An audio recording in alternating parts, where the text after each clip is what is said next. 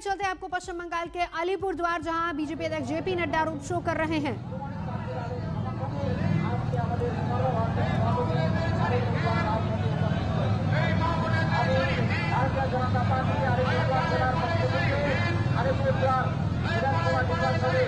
जहां जेपी नड्डा का road show चल रहा है।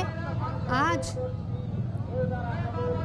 3 रोड शो हैं जेपी नड्डा के, और ये उसी की तस्वीरें अलीपुरद्वार की, जहां पर जेपी नड्डा का रोड शो चल रहा है। अगले दौर का चुनाव अब शनिवार को होना है। आज शाम 5 बजे चुनाव प्रचार थम जाएगा। सीधा चलेंगे, अनुपम मिश्रा हमारे सहयोगी हमारे साथ जुड़ चुके हैं। अनुपम, हम तस्वीरें तो देख रहे हैं, आज कुल मिलाकर 3 रोड शो हैं जेपी नड्डा के।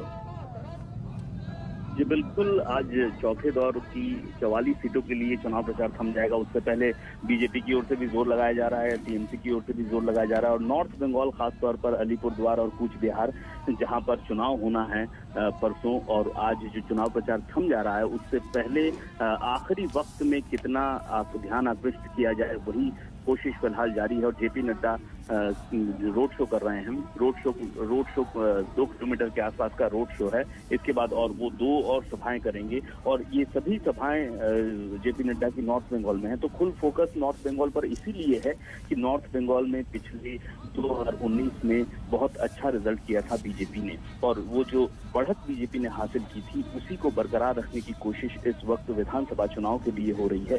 क्योंकि जंगल महल के बाद अगर कहीं बीजेपी को खास सफलता मिली थी, बीजेपी के वोट शेयर में, बीजेपी की सीटों में उभार आया था, तो वो नॉर्थ बंगाल था। अलीपुरद्वार, कूच बिहार, जलपाईगुड़ी, तो इन सब जिलों में बीजेपी फिलहाल अब जोर लगा रही है।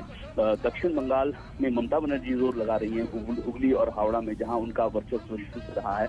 और अब जो बीजेपी जहां पर वर्चस्व उन्होंने हासिल किया 2019 में, वहां पर जोर लगाने की कोशिश है। 3 सभाएं हैं जेपी नड्डा की, और इन तीनों सभाओं में नॉर्थ बंगाल की जनता को लुभाने की कोशिश, अपनी ओर आकृष्ट करने की कोशिश हमें साफ दिख रही है। बिल्कुल, तस्वीरें लगातार 3 आज रोड शो हैं, और इस बीच ये तस्वीरें अनुपम मिश्र लगातार आप हमें बता रहे हैं।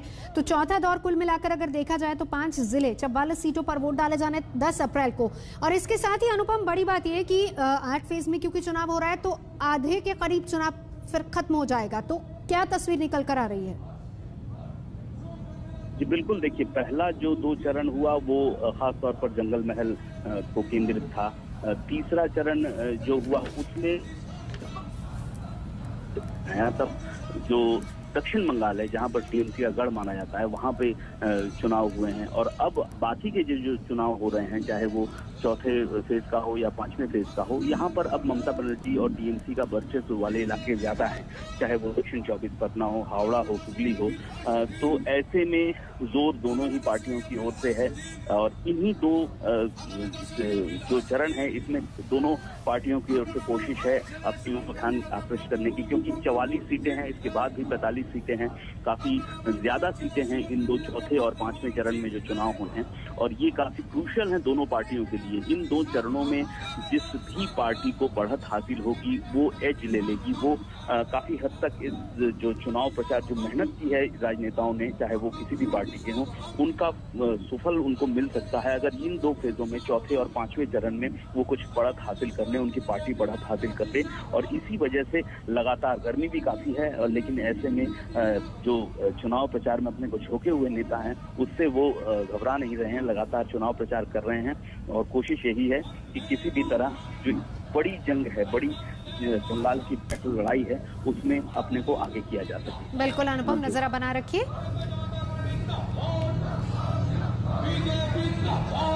तो तस्वीरें। नमस्कार, मैं हूं अंजना ओम कश्यप। हमें उम्मीद है ये वीडियो आपको पसंद आया होगा। लेटेस्ट खबरों के लिए यूं ही देखते रहिए आज तक, और इस वीडियो के पसंद आने पर लाइक, शेयर एंड सब्सक्राइब करना ना भूलें।